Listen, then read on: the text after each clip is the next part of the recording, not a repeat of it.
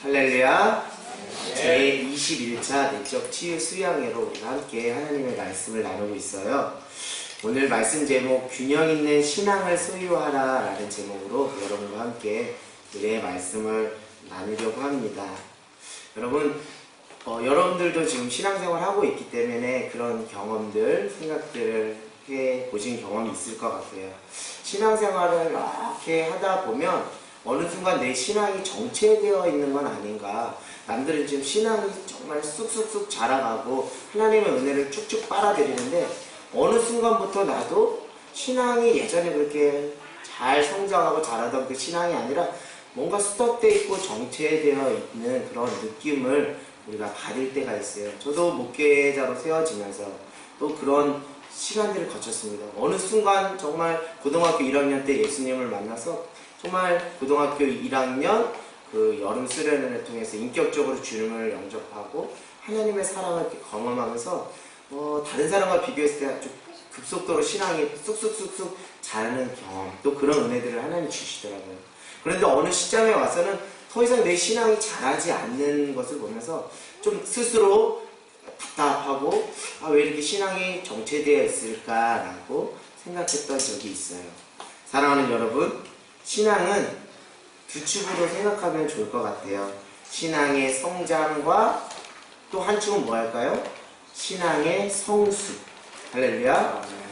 우리가 하나님의 은혜로 신앙이 성장하는 과정을 하나님께서 허락해 줍니다. 근데 그것을 또 달리 말씀드리면 내가 어떤 노력에 의해서 신앙이 성장하는 것이 아니라 하나님께서 믿음의 씨앗을 내게 심어주시고 믿음을 부어주시고 은혜를 부어주셔서 값없이 그 은혜를 경험하면서 나도 모르게 신앙이 자라는 거예요. 근데 어느 시점에 와서 하나님이 우리에게 요구하시는 게 무엇이냐면 신앙의 성숙이라는 거예요. 그러니까 여러분은 혹시 여러분 스스로 내가 왜 이렇게 신앙이 안 자라고 있지? 라고 스스로 이렇게 신앙에 대한 회의감이 드는 분이 있다면 하나님이 여러분들에게 신앙의 또 다른 한 축, 무엇이요? 신앙의 성숙을 요구하시는 그 과정으로 여러분들을 이끄시고 있다는 것을 깨닫는 저와 여러분 되기를 원합니다.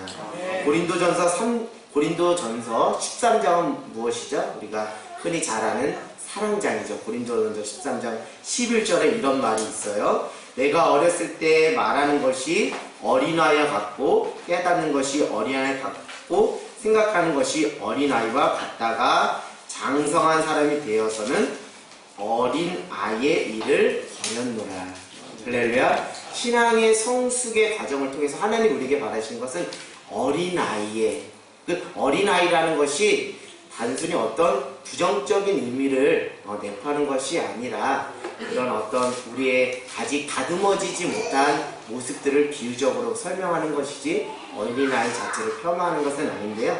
우리의 부족하고 아직 다듬어지지 못한 그 연약한 모습들을 벗어버리고 정말 신앙의 성숙의 과정으로 우리를 이끄시기를 원하시는 하나님의 간절함이 있다는 거예요. 오늘 사랑하는 여러분, 오늘 하나님께서 여러분을 신앙 성숙의 과정으로 인도하시고 이끄시고 그 부름 앞에 순종하고 반응하는 저와 여러분 모두가 되기를 주님의 이름으로 간절히 소망합니다. 누군가가 저에게 물어보면 이렇게 대답할 수 있을 것 같아요. 신앙 성장은 어려웠던 것 같지 않아요. 신앙 성장은 정말 하나님의 은혜 주시고 또 때를 따라서 그렇게 저를 잘하게 하시더라고요. 또 좋은 신앙의 멘토들을 만나게 하시고 좋은 신앙의 공동체를 통해서 신앙 성장은 아주 정말 어렵지 않았던 것 같아요. 근데 목회자가 되는 이 과정 속에서 하나님이 저에게 신앙의 성숙을 요구하시더라고요. 매 순간 무엇을 요구하십니까? 성령님의 그 음성 앞에 순종하기를 원하세요. 내 생각, 내 감정, 내 상식과 전혀 반대되는 그 성령의 강권적인 인도하신 가운데 내가 즉각 나 자신을 꺾어서 순종하게 그렇게 나를 빚어가시고 훈련시켜 가시더라고요. 내가 이제 예수님을 아는 것으로 만족하는 것이 아니라 이제는 어떻게 하기를 원하시는 거예요? 예수님을 닮아가는 그 분량에까지 나가기를 원하시더라고요. 그래서 그런 것들을 계속 또 다듬어가고 또 나 자신을 쳐서 복종하는 그런 신앙의 여정들이 있었습니다. 제가 여러분들에게 말씀드리면 제가 지금까지 목회자로 세워지는 이 과정은 다른 것이 아니라 신앙 성숙을 이루어가는 과정이라고 해도 과언이 아니겠죠. 목회자가 완벽할 수 있습니까? 부족해요. 제 안에도 쓴뿌리가 있고 제 안에도 연약함이 있어요. 그때마다 성령님이 저에게 말씀하시는 거예요. 너 자신을 죽여라, 너 자신을 꺾어라, 너 자신을 십자가에 못 박아라. 아멘. 너가 죽어야 내가 산다. 너가 죽어야 내가 역사할 수 있다라고 주께서 말씀하셔요. 그 순간 앞에 때로는 순종할 때도 있었고 때로는 불순종할 때도 있었습니다. 그러면서 시행착오를 겪으면서 부족하지만 하나님께서 이렇게 또 목회자로 빚어가시는 놀라운 은혜가 있었습니다. 사랑하는 여러분, 우리가 성화의 과정이라는 것이 다른 것이 아니에요. 신앙의 성장으로만 끝나는 것이 아니라 이제 신앙의 성숙의 깊은 지경까지 우리를 인도하시는 그 성화의 과정을 하루에 마치는 것이 아니라 날마다 매 순간마다 우리를 성화의 길로 인도하시는 거예요. 달리 말씀드린 우리의 성숙을 향해서 하나님은 우리를 빚어가시고 아름답게 만들어 가신 줄 믿습니다. 그렇게 하나님께 아름답게 빚어주시고 만들어주시는 귀한 인생, 그래서 하나님께 멋지게 쓰임받는 저와 여러분 모두가 되기를 원합니다. 사랑하는 여러분, 그러면 우리가 신앙 성숙, 신앙 성장, 한축, 신앙 성숙. 신앙 성숙이 뭘까? 여러분, 신앙의 성숙이 뭘까? 한번 스스로 질문해보고 또 고민해볼 필요가 있는데요. 무엇이 신앙 성숙일까? 그런 생각을 해보게 됩니다. 저는 오늘 여러분들한테 이렇게 말씀드리고 싶어요. 신앙 성숙은 여러 가지로 말씀드릴 수 있지만 균형 있는 신앙의 모습이다라고 생각합니다. 밸런스, 신앙에도 밸런스가 있거든요. 균형이 깨트려지면 신앙이 나고 하지만 사람들에게 은혜를 끼칠 수 없고 선한 영향력을 끼칠 수 없어요. 정말 신앙의 성숙은 다른 것이 아니라 밸런스, 균형 있는 신앙인의 모습, 어느 곳에도 한 극단에 치우치지 않는 균형 있는 건강함이라고 저는 말씀드리고 싶습니다. 사랑하는 여러분, 우리가 살아가는 이 세상과 또 신앙생활하는 모든 여정 가운데서 균형이라는 것은 정말 중요하다는 것을 매우 매순간 느끼게 돼요. 제가 이것을 느낀 것은 그리 오래되지 않았어요. 이 균형 있는 신앙이 중요하다는 것을 미처 느끼지 못했어요. 이전까지는 깨닫지 못했어요. 그러나 하나님께서 목회자로 저를 빚어가시면서 균형 있는 신앙이 얼마나 중요한지를 깨닫게 해주시더라고요. 그 전까지는 신앙의 성장의 기쁨에 도취되어서 또 어떨 때는 또 우쭐하며 또 교만함에 빠질 때도 있었어요. 그때는 균형이라는 것에 대해서 전혀 생각을 못했는데 지금 하나님이 돌이켜보면 균형 있는 신앙이 참 그 신앙의 성숙에 얼마나 중요한지 저에게 또 말씀해 주시더라고요. 여러분, 균형이라는 것이 얼마나 중요하냐면 기차가 균형을 잃어버리면 어떻게 돼요? 탈선해 버리는 거죠. 배가 균형을 잃어버리면 어떻게 되는 거죠? 침몰하게 되는 것이죠.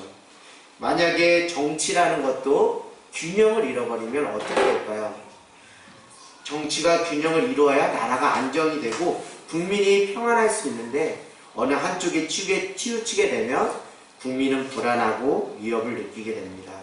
또 성별에 대한, 성에 대한 인식이 균형을 잃어버리게 되면 어떻게 되죠? 우리가 성차별로 이렇게 나타날 수 있고요. 새가 잘 날 수 있는 비결은 다른 것이 아니라 두 날개가 무엇을 균형을 맞추어 날아갈 때 잘 날아갈 수 있고, 사람도 두 발이 균형을 맞춰야 잘 걸어갈 수 있는 것이죠. 인간의 삶도 마찬가지입니다. 정신적인 면 또 물질적인 면이 잘 또 균형을 이루어야 어느 한쪽에 치우치지 않아야 정상적인 생활을 할 수 있는 것이죠. 사랑하는 여러분, 신앙도 마찬가지입니다. 신앙도 균형, 밸런스가 중요한 것이죠. 균형을 잃어버리면 더 이상 사람들에게 선한 영향력을 끼칠 수 없어요. 세상 사람들에게 질타를 받고 손가락질 받는 목회자 또 신앙인들의 대부분의 모습을 보면 무엇을 잃어버린 거예요? 균형을 잃어버렸기 때문에. 그 균형을 잃어버렸다는 것은 덕을 끼치지 못한다는 것과 별반 다를 것이 없습니다. 여러분, 그렇다면 균형 있는 신앙의 모습, 균형 있는 신앙의 모습이 무엇일지 우리가 오늘 말씀을 통해서 함께 은혜를 나눠보려고 합니다. 여러분, 오늘 말씀은 우리가 다 아는 말씀이죠. 인간이 최초로 어떤 거죠? 하나님 앞에 죄를 진 범죄한 사건, 인류 최초의 범죄한 사건, 이것을 원죄, 오리지널 신이라고 하죠. 그래서 그 원죄로 말미암아 모든 인간이 타락하고 그 죄에 우리가 유전을 받아서 인간이 죄인이다라고 말씀드릴 수 있어요. 창세기 2장 17절을 보면 하나님께서 아담과 하와에게 약속한 게 있어요. 명령한 것이 있습니다. 모든 것을 다 따먹을 수 있지만 무엇? 선악을 알게 하는 나무 열매는 따먹지 말라. 먹는 날에는 반드시 내가 죽으리라 라고 말씀했는데, 그때 누가 하와에게 왔죠? 뱀이 이렇게 와서 이렇게 이제 미혹을 하는 거죠. 먹으라고 유혹을 하는 거죠. 선악을 알게 하는 나무 먹어도 돼. 죽지 않아. 이러면서 자꾸 유혹을 하는 거죠. 그 유혹에 넘어가서 하와가 먹게 되고 또 누구에게 줬죠? 남편 아담에게 주면서 그들에게 죄를 지음으로 말미암아 그들이 이제 무엇이 밝아졌다 그래요? 눈이 밝아졌대요. 눈이 밝아져서 무엇이 보이게 된 거예요?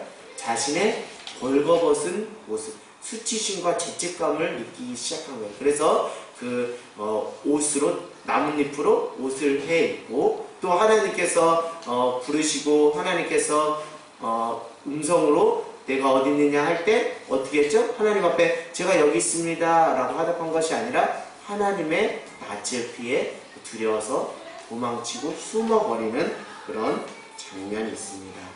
자, 오늘 이 말씀을 통해서 제가 여러분들에게 드리고 싶은 말씀은, 오늘 이 말씀은 인류가 최초의 하나님 앞에 범죄한 원죄 사건입니다.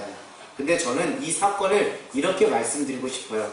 인류가 최초의 무엇을 잃어버린 사건? 균형을 잃어버린 사건. 이 밸런스를 잃어버린 사건이다라고 생각을 하게 됩니다. 죄로 인한 수치심과 두려움, 그리고 그 안에서 참된 자유와 평안함을 보지 못하는 그 밸런스, 균형이 무너진 인류 최초의 모습이 오늘 이 사건이다. 여러분들에게 말씀드리고 싶어요. 그럼 어떻게 인간이 균형을 이루어 갔는지, 그 죄로 말미암아 어떻게 인간이 균형을 잃어버리게 됐는지 우리가 그것을 살펴보면서 우리의 신앙을 점검하고 성찰하는 저와 여러분이 되기를 원합니다. 간단히 말씀드리면, 죄가 찾아오면 우리가 무엇을 잃어버리게 된다고요? 균형을 잃어버리고. 신앙의 균형은 다른 것이 아닙니다. 신앙의 균형을 잃어버린 가장 근본적인 원인은 무엇이? 죄의 문제 때문에 그것이 흔들려 버리는 것이죠. 근데 죄가 인류에게 어떻게 찾아왔는지 그 과정을 살펴보면서 우리가 어떻게 해야 신앙이 균형 있는 신앙이 될 수 있는지를 우리가 살펴볼 수 있는 것이죠. 우리 창세기 3장 1절부터 4절 말씀 우리 같이 한번 교독하도록 하겠습니다. 그런데 뱀은 여호와 하나님의 지으신 들짐승 중에 가장 강교하니라. 뱀이 여자에게 물어 이르되 하나님이 참으로 너에게 동산 모든 나무의 열매를 먹지 말라 하시더냐. 여자가 그에게 이르되 동산 열매를 우리가 먹을 수 있으나 동산 중앙에 있는 나무 열매는 하나님의 말씀에 너희는 먹지도 말고 만지도 말라 너희가 죽을까 하노라 하셨느니라. 아멘. 지금 뱀이 자꾸 누구를 미혹하는 거예요? 하와를 미혹하는 거예요. 하와를 자꾸 유혹하는 거예요. 사랑하는 여러분, 신앙의 균형이 잃어버리는 것은 다른 것이 아니라 무엇이 우리 인생에 찾아올 때? 유혹. 그것에 걸려 넘어지면 우리는 어느 순간 신앙의 밸런스를 잃어버리게 되는 거예요. 다시 말씀드리면 그것을 통해서 우리가 범죄하는 그 자리까지 가게 된다는 거예요. 여러분의 삶을 지금 미혹해 하고 여러분의 삶을 유혹으로 이끄는 사단의 계략은 없는지, 그 속에서 내가 혹여나 신앙의 밸런스, 균형을 잃어버리고 신앙생활하고 있지는 않은지, 나를 그렇게 미혹하는 세상에 어떤 것이 있는지 돌아보며 살펴보는 저와 여러분이 되기를 원합니다. 그렇습니다. 여러분, 우리를 미혹게 하는 그 유혹이 우리의 신앙을, 우리의 삶의 균형을 잃어버리게 한다는 것이죠. 우리 창세기 3장 5절을 한번 읽어볼까요? 시작. 너희가 그것을 먹는 날에는 너희 눈이 밝아져 하나님같이 되어 선악을 알 줄 하나님이 아심이니라. 아멘. 자기가 있어야 할 자리를 잃어버릴 때, 특별히 하나님의 하나님됨을 인정하지 않고 우리의 주인이신 하나님의 자리를 침범할 때 우리가 어떻게 될 수 있다고요? 우리의 신앙과 우리의 삶이 균형을 잃어버릴 수 있는 거예요. 우리는 우리의 자리가 있고 하나님은 하나님의 자리가 있어요. 우리는 하나님을 우리의 주인으로 고백하며 하나님보다 앞서지 않고 하나님 앞에 묻고 하나님의 하나님됨을 인정하며 살아갈 때, 비록 그것이 다른 사람들, 세상 사람들이 볼 때는 왜 그렇게 살아? 불편하게 살아? 그냥 너가 원하는 대로, 너가 바라는 대로 살면 되잖아 라고 말할 수 있지만, 우리가 우리의 자리를 잘 짓고 하나님의 하나님됨을 인정하며 하나님의 자리를 침범하지 않는 것이 우리가 신앙의 밸런스, 삶의 균형을 이루는데 아주 중요하다는 거예요. 근데 그것을 우리가 하나님의 자리까지 침범해버리면, 선악을 알게 하시는 분은 오직 하나님이신데 그 자리까지 우리가 침범하는 교만함을 보이면 그 순간 무엇이 무너진다고요? 신앙과 삶의 밸런스가 무너진다는 거예요. 혹시 우리의 삶에 이런 부분이 있지는 않은지 돌아보는 저와 여러분이 되기를 원합니다. 창세기 3장 6절을 한번 읽어볼까요? 시작. 여자가 그 나무를 본즉 먹음직도 하고 보암직도 하고 지혜롭게 할 만큼 탐스럽기도 한 나무인지라. 여자가 그 열매를 따먹고 자기와 함께 있는 남편에게도 주매 그도 먹으니라. 네. 지금 하와가 실제 보니까 뭐 하다 그래요? 먹음직도 하고 탐스럽기도 하고, 무엇이 자꾸 찾아오는 거예요? 욕심이 찾아오는 거예요. 욕심. 자꾸 인간적인 욕심이 찾아오는 거예요. 여러분의 삶을, 균형을, 밸런스를 깨뜨리는 것은 무엇이냐면 욕심이에요. 욕심이 잉태하여 죄를 낳고 죄가 장성하여 무엇을 낳는다? 사망에 이르게 한다. 그러니까 이 욕심이라는 것이 여러분 어떻게 보면 정말 죄의 가장 근본이에요. 이 욕심 때문에 인생 전체의 밸런스 균형이 완전히 흔들려버리고 이 신앙의 균형이 흔들려요.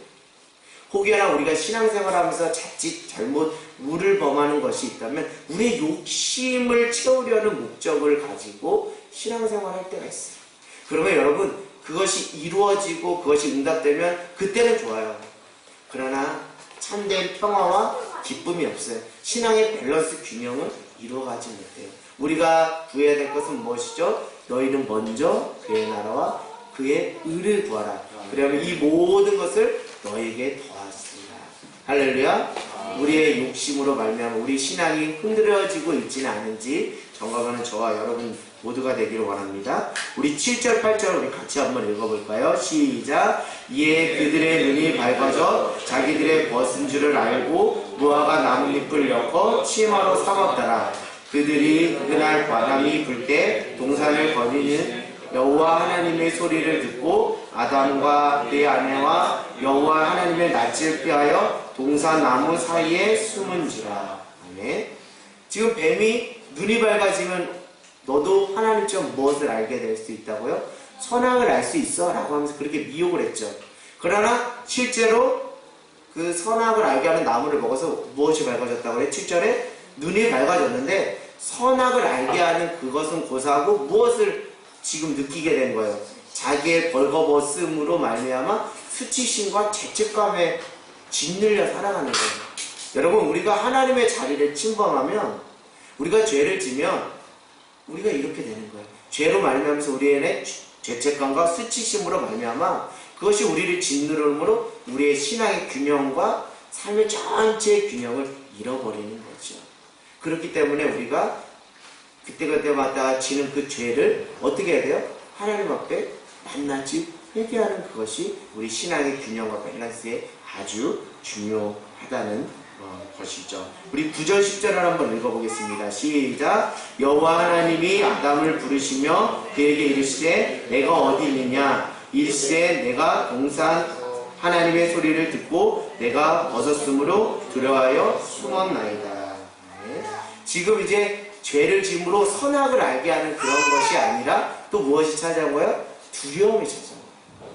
이 죄로 말미암아 찾아오는 그 두려움이 여러분의 신앙과 삶의 균형을 완전히 무너뜨릴 수 있다는 거예요. 혹시 여러분 신앙생활 하면서 혹여나 수치심과 죄책감, 두려움에 여전히 떨고 하나님 주신 참된 자유와 평안을 누리지 못한다면 다시 한번 처음으로 돌아가서 혹여나 내가 하나님 앞에 해결하지 못한 그 죄의 작은 모습은 없는지 그것을 하나님 앞에 회개하고 고백하는, 그래서 깨끗하게 영혼을 씻기우는 그런 은혜가 있기를 원합니다. 우리 11절 13절 같이 11절부터 13절 같이 읽어보겠습니다. 이르시되 누가 너의 벗음을 내게 알렸느냐? 내가 내게 먹지 말라 명한 그 나무를 내가 먹었느냐? 아담이 이르되 하나님이 주셔서 남과 함께 있게 하신 여자가 그가 그 나무 열매를 내가 먹었나이다. 여호와 하나님이 여자에게 이르시되 내가 어찌하여 이렇게 하였느냐? 여자가 이르되 뱀이 나를 깨므로 내가 먹었나이다. 아멘. 지금 하나님이 이제 물으시는 거예요. 하와야, 아담아, 내가 창세기 2장 17절에 선악을 알게 하는 나무를 먹지 말라는데 너희들 왜 먹었어? 라고 하니까 이들의 대답이 뭐였죠? 하나님, 제가 잘못했어요. 저를 용서해 주세요가 아니라 어떻게 하는 거죠? 아담은 누구 탓을 하는 거야? 그의 아내가 주어서 먹었어요. 하와 탓을 하고. 하와는 누구 탓을 해요? 뱀이 저를 꼬드겨서 제가 먹었어요. 사랑하는 여러분, 남 탓하는 거. 남 탓하는 거. 자신의 모습을 돌아보지 않고 자신의 삶을 성찰하지 않고 남에게 탓을 돌리는 것이 왜 나쁘냐면, 그것은 죄인과 동시에 그것이 왜 나쁘냐면 여러분의 신앙과 삶의 균형을 깨뜨리는 요소로 작용하기 때문입니다. 사랑하는 여러분, 누구를 탓하고 누구를 비방하고 정죄하는 그것이 여러분의 삶의 균형을 이루던가요? 여러분의 신앙의 균형을 이루는 전혀 거기에 도움이 되지 않아요. 오늘 하나님께서 우리에게 바라시고 원하시는 것은 누구를 탓하기 이전에 나 자신을 돌아보는, 자기를 날마다 성찰하고 자신의 신앙의 성숙에 포커스를 맞추고 날마다 하나님 앞에서 자기 자신을 쳐서 복종하는 그런 신앙의 자리로 나가기를 주님이 원하신다는 것이죠. 제가 지금까지 이제 말씀드린 것 한번 정리해서 말씀드릴까요? 지금까지 인간이 지은 최초의 죄는 인간 존재의 균형을 깨트리고 잃어버린 사건이라고 저는 여러분들에게 말씀드렸어요. 그것이 어떻게 깨지게 되었냐면, 첫 번째, 인간이 미혹에 넘어져 갈 때, 그리고 나의 자리를 지키지 않고 하나님의 자리를 침범할 때, 그리고 세 번째, 인간적인 욕심이 커져갈 때, 네 번째, 죄로 인한 수치심, 죄책감, 두려움이 생길 때, 다섯 번째, 자신의 잘못을 남 탓으로 돌릴 때, 그런 다섯 가지의 요소들을 통해서 인간의 삶, 신앙 전체의 균형이 깨트려지고 우리의 균형을 잃어버리는 안타까움을 초래하게 된다는 것이죠. 결국 신앙 있는 신앙의 모습으로 살아가기를 원하신다면 제가 여러분들에게 다섯 가지 말씀드린 그 원인적인 요소들을 어떻게 하면 될까요? 하나님 앞에서 낱낱이 제거해버리면 그것이 우리의 삶의 신앙을 균형으로 이끌어 갈 줄 믿습니다. 다른 것이 아니죠. 첫 번째, 미혹해하는 것이 있다면 그 미혹에 넘어지지 않도록 날마다 뛰어서 어떻게 하는 수밖에 없어요? 기도함으로 분별하는 것이 중요하다는 거예요. 그것이 여러분의 삶, 신앙의 균형을 이루는데 아주 중요하다는 것이죠. 이단이 자꾸 이런 식으로 우리를 공격해서 신앙의 균형을 깨뜨리고, 신앙의 균형만 깨뜨리는 게 아니에요. 이단이 왜 무서웠냐면 신앙이 한쪽으로만 치우치는 것을 끝나는 게 아니에요. 그의 삶의 삶과 가정을 완전히 통째로 완전히 깨뜨려버리는 그런 안타까움을 초래하기 때문에 그 미혹의 영에 사로잡히지 말아야 한다는 것이죠. 두 번째 무엇입니까? 자기 자리를 잘 지키고 하나님의 자리를 침범하지 않는 것. 하나님의 주인되심을 인정하고 하나님을 대시하거나 하나님보다 앞서지 않는 것. 성도는 성도의 자리를 잘 지키고 목회자는 목회자의 자리를 잘 지키고 가정에서, 학교에서, 세상에서 하나님께서 나에게 주신 역할과 사명을 따라 자기 자리를 잘 지키는 것. 이것이 무엇이냐고요? 내 신앙의 균형과 삶의 균형을 했는데 정말 가장 중요한 기본이 되는 거예요. 여러분들 이걸 거꾸로 뒤져보면 균형 없는 신앙을 소유한 사람들 보면 자기의 삶의 터전과 자리에서 자기의 자리를 잘 지키지 못해요. 자꾸 엄한 데 쫓아다니고 엄한 데 가서 엉뚱한 얘기를 듣다 보니까 신앙과 삶이 균형을 이루고 가정이 위기에 봉착하게 되는 것이죠. 사랑하는 세 번째, 먹고 마시고 현실의 삶의 필요와 욕심을 채우기보다는 무엇을요? 먼저 하나님의 나라와 의를 구하는 삶의 목적을 정하고 사는 것이 내 삶과 신앙의 균형을 이루는데 아주 중요하다는 것이죠. 네 번째가 정말 중요한 것 같아요. 저도 이런 신앙 생활을 했었어요.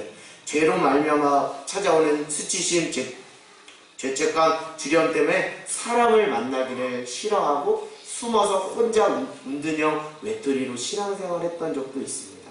그것은 여전히 내 안에 무엇이 해결되지 않았기 때문에 죄의 부분이 해결되지 않아요. 하나님은 이렇게 말씀하시죠. 요한일서 3장에 보면, 요한일서에 보면 하나님은 밉보시고 우러사 우리가 우리의 죄를 자백하면 우리의 죄를 어떻게 해주신다고요? 용서해 주신다고, 사해 주신다고. 여러분, 죄를 져서 괴로워하고 있는 여러분, 하나님께서 예수 그리스도를 말미암아 죄의 문제를 해결해 주셨습니다. 그래서 여러분, 죄로 말미암아 수치심, 죄책감, 두려움을 떨지 마시고 이제는 그 순간순간마다 생각나는 죄는 다 하나님 앞에 낱낱이 고백할 때 하나님은 또 우리를 예수 보혈로 깨끗하게 씻어주시고 우리의 영혼을 깨끗하게, 그래서 우리의 영혼의 참 자유와 평안으로 우리를 균형과 밸런스로 우리를 인도하시는 거예요. 그래서 오늘 하나님께서 우리에게 생각나게 하시는 죄의 모습이 있다면 하나라 할지라도, 그 작은 거 하나라 할지라도 하나님 앞에 낱낱이 고백하고 하나님 앞에 아뢰는 귀한 저와 여러분 되기를 원합니다. 다섯 번째 뭐라고 말씀드렸죠? 이제는 남을 탓하기보다는 누구를 돌아보는 것? 나 자신을 돌아보면서 내가 어느 순간부터 구원에서 지금 멀어지고 있었는지 자기 자신을 보라는 거예요. 남 탓을 하면서, 남 탓을 하는 그 순간 내가 어디서 멀어지는 거예요? 구원에서 멀어지는 거예요. 믿음에서 떨어져 나가버리는 거예요. 그것을 깨닫길 원해요. 남 탓을 하는 거 참 좋죠. 재밌죠. 흉보는 거 재밌어요. 그러나 그것은 달콤한 사탕 같아요. 달콤한 사탕을 많이 먹으면 어떻게 돼요? 그때는 좋지만 이빨이 썩어요. 이 남을 흉보는 것으로 말미암아 순간의 달콤함 때문에 내 영혼이 지금 구원에서 멀어지고 내가 믿음에서 멀어지고 있지는 않은지 나 자신을 돌아보고 성찰하는 것이 대단히 중요합니다. 그것이 될 때 정말 우리의 신앙이 혹연히 한쪽으로 가다가도 하나님의 은혜로 다시 성령님께서 우리를 다시 밸런스, 균형을 맞춰주는 놀라운 은혜가 있다는 것이죠. 오늘 다른 누구를 위해서 중보하는 것도 물론 중요하지만 여러분이 혹시 내가 믿음에서 떨어지진 않았는지, 구원에서 멀어지진 않았는지 여러분 자신을 위해서, 자신의 영혼을 위해서, 나의 신앙과 삶의 균형과 건강성을 위해서 간절히 기도하는 귀한 은혜의 밤이 되기를 원합니다. 여러분, 균형 있는 신앙은 하루 아침에 이루어지는 것이 아닙니다. 왜냐하면 신앙 성숙에 대한 부분이기 때문에 우리가 반복적으로 신앙의 균형을 위해서 반복적으로 훈련하는 신앙의 훈련이 우리에게 허락된 몫이라는 것이죠. 자, 첫 번째 여러분들에게 말씀드릴까 해요. 신앙이 균형이 있고 삶이 균형이 있으려면 여러분들에게 권면하기로는요, 부분을 보지 말고 전체를 보는 눈이 필요하다고 여러분들에게 말씀드리고 싶어요. 이제는 부분에 반응하지 말고 전체에 반응하며 또 그 전체를 봄으로 말미암아 그 속에서 혹시 공동체 안에 부족함이 발견된다면 내가 그것을 어떻게 채워나가야 될지 생각하고 행동으로 옮기는 반복적인 훈련이 필요하다는 거예요. 신앙의 균형과 삶의 균형이 없는 사람들의 특징을 보면 부분에 반응하는, 부분만 보는 거, 전체를 보면 그것이 아무것도 아닌데 부분에 너무 쉽게 넘어지고 반응하는 것이죠. 여러분, 인생 그래프 그려본 적 있어요? 연예인들이 뭐 방송에 나와서 인생 그래프를 뭐 그립니다. 그러면 대부분의 공통점이 무엇인지 알아요? 인생이 처음부터 죽을 때까지 좋았던 사람이 있을까요? 없을까요? 없었어요. 또 반대로 인생이 태어날 때부터 계속 추락의 날개를 달았던 사람이 있을까요? 없어요. 인생은 두 가지를 말씀드릴 수 있어요. 좋은 날이 있으면 또 안 좋은 날이 있고, 안 좋은 날이 있으면 또 좋은 날이 있는 거예요. 근데 안타깝게 삶을 마감하는 사람들의 특징을 보면 안 좋은 그 삶의 자리가 어떡할 거라는 잘못된 신념을 취하는 거죠. 이 삶이 영원할 거라는 거예요. 이 안 좋은 삶이 영원할 거라는 그 잘못된 신념 때문에 극단적인 선택을 하는 경우가 있는데, 여러분들도 오늘 집에 가서 가족들하고 한번 인생 그래프를 그려보세요. 내가 그때는 정말 그 고통의 자리가 영원히 지속될 것 같이 생각하지만 돌이켜보니까 또 하나님께서 또 내 인생을 반등시켜 주시더라고. 전환으로 역전시켜 주더라고. 그것은 무엇입니까? 인생을 부분으로 보지 말고 전체를 볼 때, 고통의 자리에서 나를 기쁨의 자리로 인도하신 하나님이 내 삶 가운데 나와 함께 하셨구나 라는 것을 볼 수 있는 믿음의 눈이 열릴 줄 믿습니다. 그 눈을, 그 안목을 소유한 사람이 그 신앙과 삶이 균형을 이루는 것이죠. 공동체도 마찬가지입니다. 공동체가 건강하게 세워지려면 공동체의 구성원인 한 사람 한 사람이 부분만 보는 것이 아니라 전체를 보면서 혹시 오늘 예배에 나오지 못한 영혼들이 없는지 살피고, 혹시 요즘 마음이 힘든 영혼들이 없는지 살피고, 혹시 요즘 내가 기도해야 될 영혼이 없는지를 살피고, 또 혹여나 교회에 조금 작은 부분까지도 좀 부족한 것들이 있다면 내가 채울 것이 무엇인지를 볼 수 있는 세심하고 아주 작은 것 하나에도 정말 충성하고 신실하게 반응하는 큰 틀에서 그것을 바라보는 귀한 믿음의 눈, 그 목자의 마음을 소유한 한 지체가 필요하다는 거예요. 그래서 내가 맡은 사역, 내가 소속된 그 교회만을 보는 것이 아니라 이제 전체 양떼를 바라보면서 그 양떼들 중에 내가 케어하고 내가 관심 갖고 내가 섬겨야 될 부분은 없는지 목자의 마음으로 나갈 때 그 균형 있는 신앙과 그 삶이 공동체를 더 건강하게 균형 있게 세우는 줄 믿습니다. 두 번째, 여러분 중요하게 여러분들 말씀드리고 싶어요. 신앙의 성숙. 신앙의 성숙은 신앙의 균형과 삶의 균형을 말한다고 했어요. 이것을 혼자 개인으로 절대 할 수 있을까요? 못해요. 신앙 성숙, 신앙의 균형과 삶의 균형은 절대 혼자 할 수 없는 거예요. 어디에 깊이 링글대고 들어가야 된다고요? 공동체 안에 들어가요. 공동체 안에서 부대끼고 또 자신의 못난 부분을 발견하면서, 그리고 타자를 바라보면서 그 타자 속에서 내가 배워야 할 부분, 내가 그 사람을 통해서 내가 경험할 수 있는 하나님의 은혜를 경험하는 이 모든 다양성을 다 우리가 보면서 거기서 무엇이 생기냐면 신앙의 균형과 삶의 밸런스가 생기는 것이죠. 우리가 인간은 좀 그래요. 끼리끼리 같이 하려고 하고 나랑 코드 맞은 사람끼리 이렇게 함께 하려고 해요. 그런데 세상 공동체는 그럴 수 있어요. 그러나 교회 공동체는 절대 그렇지 않습니다. 나와 같은 사람들끼리 이해 관계에 맞아서 모인 게 아니라 나와 전혀 반대되는 사람들을 한 지체로 인정하고 끌어안는 거예요. 그 사람이 부족하면 그 부족함을 내가 메꿔주겠다는 그 마음으로 같이 한 믿음의 멍에를 낼 때 그 공동체가 건강하게 되고 그 과정 속에서 내가 신앙이, 삶이 균형이 이루어질 수 있다는 것이죠. 사랑하는 여러분, 공동체 속으로 더 깊이 들어가 자신과 타인을 바라보는 시간을 통해 나와 다른 타인을 있는 그대로 수용하고 그 사람에게서 배울 것은 없는지 겸손한 자세로 나가는 것이 매우 중요합니다. 그것이 신앙의 성숙과 삶의 균형, 신앙의 균형에 매우 중요한 영향을 끼친다 해도 과언이 아닙니다.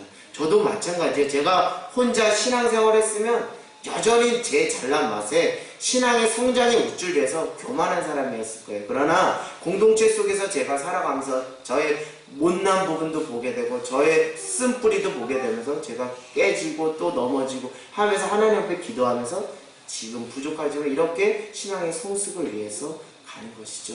그런 부분에서 보면 정말 저는 하늘 땅 교회에게 일평생 제가 빚을 졌다고 해도 과언이 아닐 거예요. 왜요? 제가 목회자로 세워지는 데 있어서 제가 신앙의 성숙과 신앙의 균형과 삶의 균형을 이루는데 이 공동체 식구들 한 사람 한 사람 하늘 땅 커뮤니티가 저에게 너무 중요한 그 역할을 해 주었기 때문입니다.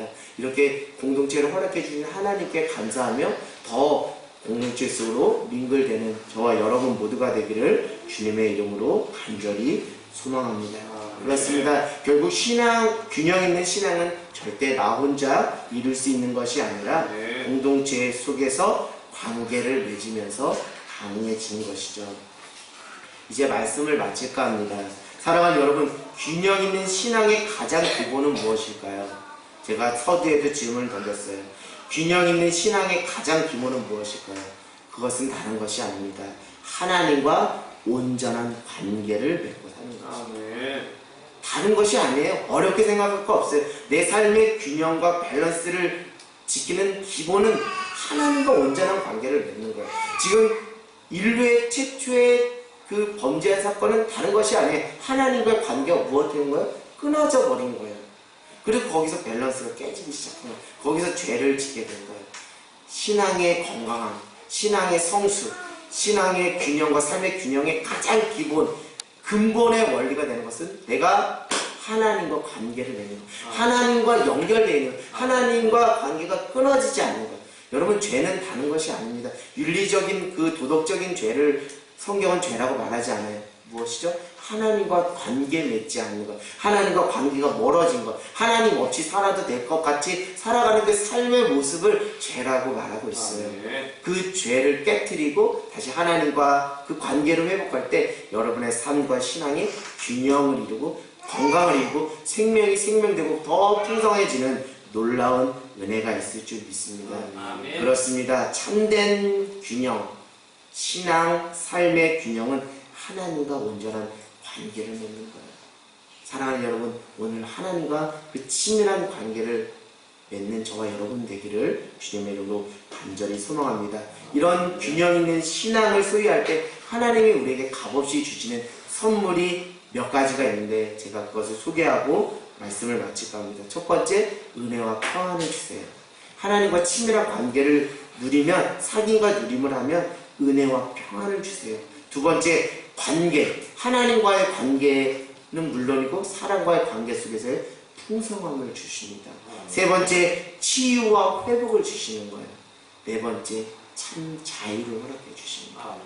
사랑하는 여러분, 오늘 균형 속에서 하나님이 주시는 그 선물을 모두 받아 누리는 저와 여러분 모두가 되기를 원합니다. 그래서 그 균형 있는 신앙과 삶을 통해서 다른 사람들에게 선한 영향력을 끼치는 주님의 참된 제자로 신앙의 성숙을 향해 날마다 달려가는 저와 여러분 모두가 되기를 주님의 이름으로 간절히 소망합니다.